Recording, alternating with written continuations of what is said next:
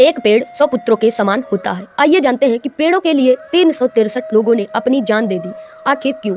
खेज लड़ी नरसंहार सितंबर 1730 में उत्तरी भारत में हुआ था, जब 363 बिश्नोई खेजड़ी के पेड़ों के एक उपवन की शांतिपूर्वक रक्षा करने की कोशिश करते हुए मारे गए। सैनिकों को मारवाड़ के महाराज ने अभय सिंह ने एक नए महल के लिए लकड़ी उपलब्ध कराने के लिए खेजलड़ी गांव में पेड़ों को काटने के लिए भेजा, जबकि अन्य ने नोट किया कि मारवाड़ का इरादा पेड़ों को जलाने के लिए चूना बनाना था। अमृता देवी बिश्नोई नामक एक महिला के नेतृत्व में ग्रामीणों ने राज के सैनिकों को अपने पेड़ों को सौंपने से इनकार कर दिया।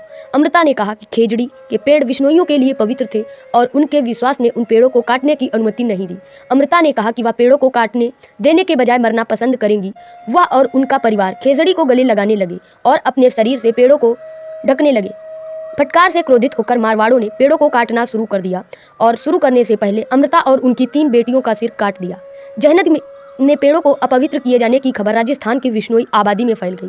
कुल मिलाकर 83 गांवों के बिश्नोई पेड़ों को बचाने के प्रयास में जहनत की यात्रा करने लगे।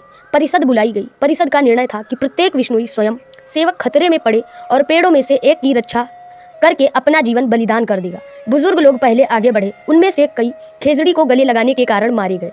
इसे एक अवसर के रूप में देखते हुए सैनिक गिरधर भंडारी, जो मंत्री था, दावा किया कि बिश्नोई केवल उन लोगों को आगे भेज रहे थे जिन्हें वे मारने के लिए बेकार समझ रहे थे। जवाब में युवा, पुरुष, महिलाएं और यहाँ तक कि बच्चे पेड़ों को गले लगाने लगे। परिणाम स्वरूप उनमें से कई मारे गए। कुल मिलाकर 363 बिश्नोई मारे गए। बिश्नोइयों के निष्क्रिय प्रतिशोध से स्तब्ध होकर अभय सिंह ने अपने आदमियों को वापस बुला लिया और मंत्री की कार्यों के लिए माफी मांगने लगे। उन्होंने आदेश दिया कि राज्य के लिए लकड़ी उपलब्ध कराने के लिए कभी मजबूर नहीं किया जाएगा। बाद में गांव का नाम बदलकर खेजड़ली कर दिया गया और नरसंहार का स्थल बिश्नोई धर्म के लिए तीर्थ स्थल के रूप में बन गया। धन्यवाद। जय हिंद।